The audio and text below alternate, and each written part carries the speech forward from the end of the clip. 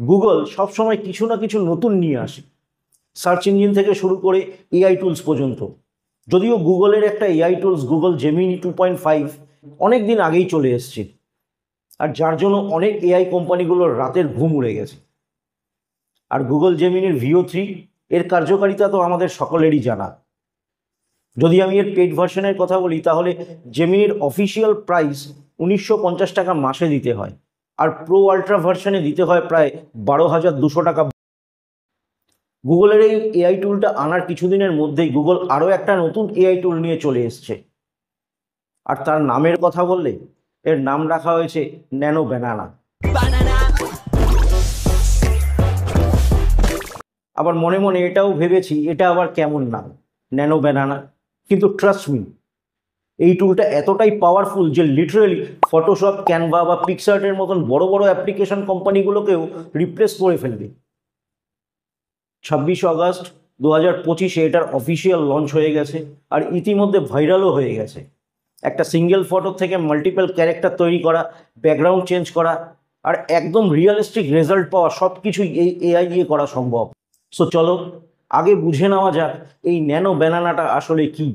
Basically Google secretly একটা AI model develop করছিল, code name ছিল ন্যানো ব্যানানা, একটা ফানি নেম। কিন্তু ফ্রেন্ডস, এই নামের পেছনে একটা ছোট্ট ইন্টারেস্টিং ব্যাক স্টোরি আছে। গুগল সিইও সুন্দর পিচাই, ওনার প্রিয় পোষ্য কুকুরটির নাম হলো জেফরি, আর এই টুল প্রথমে টেস্ট করা হয়েছিল তার পেট ডগ জেফরির উপর, আর সেই কারণেই কমিউনিটির থেকে এই ন্যানো ব্যানানার নামটা দেওয়া হয়েছে। কিন্তু অফিসিয়ালি এর নাম হলো Gemini 2.5 flash image.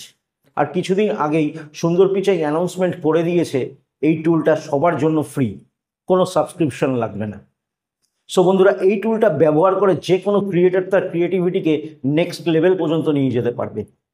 Character consistency, একই মানুষকে আলাদা আলাদা পেজে তৈরি করা হয়, সেগুলো অনায়াসে করে দিতে পারে।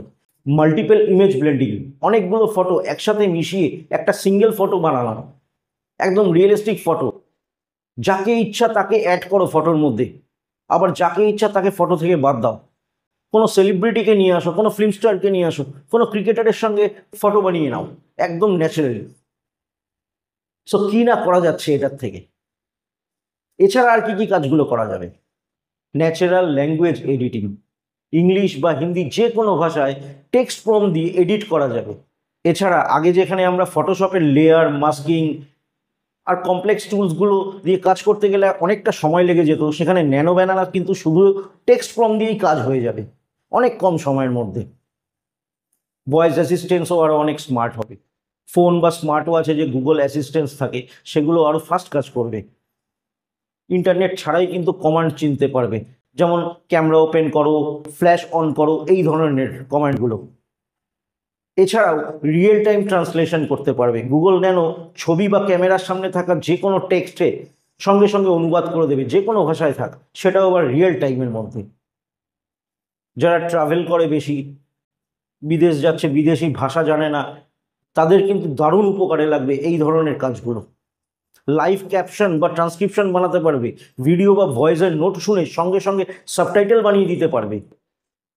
যারা কানে কম শোনে বা যারা শ্রবণ প্রতিবন্ধী মানুষদের জন্য কিন্তু একটা বিশাল সহায়ক হবে বা বিশাল হেল্পফুল হবে। এছাড়া ফটোর মধ্যে কাজ করতে গেলে ব্যাকগ্রাউন্ড রিমুভ, ফেস ক্লিয়ার করা, এমনকি ছোটোখাটো এআই জেনারেটেড এডিটও করতে পারবে অফলাইনে। এর জন্য ইন্টারনেট স্পিডও দরকার নেই, ইন্টারনেটও দরকার নেই, অফলাইনে করে ফেলবে। গেমিং এক্সপিরিয়েন্স এক আলাদা মাত্রা আনবে। ছোট এআই মডেল ব্যবহার করে গেম আরও স্মার্ট হবে, বিশেষ করে গেমিংয়ের গ্রাফিক্সগুলো।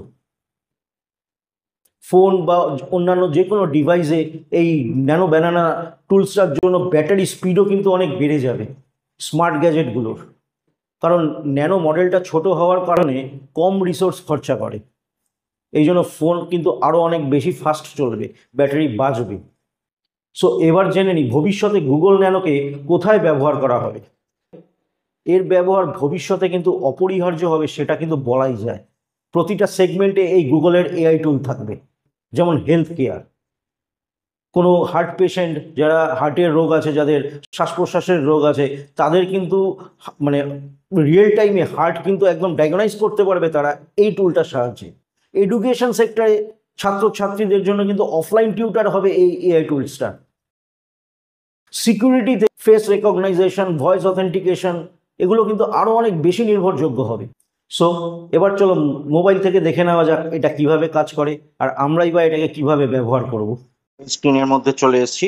মোবাইল স্ক্রিনের মধ্যে আসার পরে আমাদের সবার আগে দরকার পড়বে একটা ছোট্ট অ্যাপ্লিকেশন, জেমিনি, গুগল জেমিনি। সেটাকে আমরা প্লে স্টোর থেকে ডাউনলোড করব। এখানে দুভাবে আমরা গুগল ন্যানোকে ব্যবহার করতে পারবো। একটা, গুগল এআই স্টুডিওতে গিয়ে, ওখানে গিয়ে ফোন থেকে অ্যাক্সেস করাটা আমার কাছে খুবই কমপ্লিকেটেড মনে হয়, ওই জন্য আমি প্রেফার করব গুগল জেমিনিকে ইনস্টল করে। সো আমরা প্লে স্টোরে চলে আসলাম, প্লে স্টোর থেকে সার্চ করব জেমিনি, GEMI, এই জেমিনি অ্যাপটা আমার ইনস্টল করা আছে, তাই ইনস্টলড দেখাচ্ছে। তোমরা এটাকে ইনস্টল করে নিও, একদম ছোট্ট অ্যাপ্লিকেশন, 2 MBরও কম। তো এটাকে ইনস্টল করে নিয়ে আমি জাস্ট ওপেন করে দিলাম। এবার দেখো ওপেন করলে এরকম একটা ইন্টারফেস চলে আসবে, আর নিচে লেখা রয়েছে আক্স জেমিনি, তার নিচে একটা প্লাস সাইন, তার পাশে দেখো একটা ইমেজ, একটা কলার, ছোট্ট একটা কলার সাইন রয়েছে। আমাদের গুগল ন্যানোতে গিয়ে ছবি বানাতে গেলে এই কলাটার উপরে, এই সাইনটার উপরেই কিন্তু আমাদের ক্লিক করতে হবে। আমি জাস্ট এই সাইনটার উপরে ক্লিক করে দিলাম। এবার দেখো এখানে লেখা রয়েছে ডেসক্রাইব ইয়োর ইমেজ। আমরা এখানে যে কোনো ফটোকে অ্যাড করে সেই ফটোটাকে নিয়ে আমরা এডিট করতে পারবো, বা যেটা মন চায় সেটাই করতে পারবো। যে কোনো ছবিকে আমরা 360 ডিগ্রি অ্যাঙ্গেলে ঘোরাতেও পারবো, বিভিন্ন অ্যাঙ্গেল থেকে আমরা ছবিগুলোকে আমরা বানাতে পারবো। তো চলো আমরা একবার দেখে নিই কীভাবে করব। সো এখান থেকে আমি একটা আমার ইমেজকে অ্যাড করে দিই, প্লাস আইকনে ক্লিক করে গ্যালারির থেকে আমি একটা আমার ইমেজ নিয়ে নিই। গ্যালারিটা খুলে দিল। খোলার পরে এখান থেকে আমি আমার একটা ইমেজ নিয়ে নিই। ধরো আমি এই ইমেজটা নিয়ে নিলাম। এই ইমেজটা নেওয়ার পরে আমি সিম্পলি বাংলায় আমার যেটা দরকার সেটা আমি টাইপ করে লিখে দেবো, বা এটা আমি এই মাইকের যে সাইনটা রয়েছে, মাইকের এই সাইনটার থেকে মুখেও বলে দিতে পারি। লিখতে যদি অসুবিধাও হয় মুখে বলেও কিন্তু করা যাবে, তাও আবার বাংলাতে। সো এখানে আমি টাইপ করে দিই যে আমাকে এই ফটোটার সাইড দেখাও।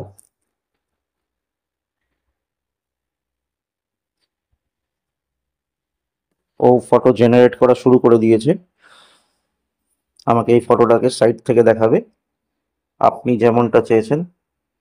দেখো জাস্ট ফটোটাকে আমাকে সাইড থেকে করে দিয়েছে, একদম ছবিটা যেমন ছিল তেমনই আছে, অ্যাঙ্গেলটা চেঞ্জ করে দিয়েছে। একদম সিম্পল। এই ছবিটাকে আমি 360 ডিগ্রি ঘুরিয়েও নিতে পারবো। এবার আমি ব্যাক সাইডটা একবার দেখে নিই। এবার ব্যাক সাইড দেখাও।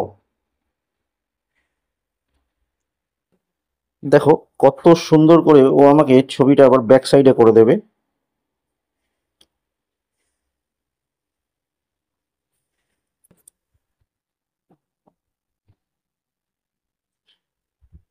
সো দেখেছো এখানে কত সুন্দর করে ছবিটা আমাদের ও ব্যাক সাইড করে দিয়েছে। আমার এই ফ্রন্ট ইমেজটা আমার ব্যাক সাইডে চলে গেছে। এইভাবে আমরা কিন্তু তোমার যে কোনো অ্যাঙ্গেল থেকেই আমরা কিন্তু যে কোনো ছবি বানাতে পারবো। এবার সাপোজ মনে করো আমি এখানে আরেকটা ইমেজ অ্যাড করি। আমি এখানে আরেকটা, আর এই ইমেজগুলোকে আমি অনায়াসে ডাউনলোডও করে নিতে পারবো, তাতে কোনো অসুবিধা নেই। সাপোজ আমি এই একটা ইমেজকে আমি এর মধ্যে অ্যাড করে নিলাম। এবার এটাকে এখানে আমি ওকে কমেন্ট করে দিলাম এই ফটোটার সাথে মোদিজিকে অ্যাড করে দাও।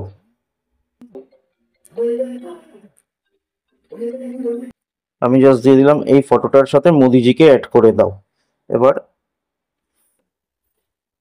এবার দেখো এই ফটোটার প্রসেসিং শুরু হয়ে গেছে। জাস্ট কিছুক্ষণ সময়।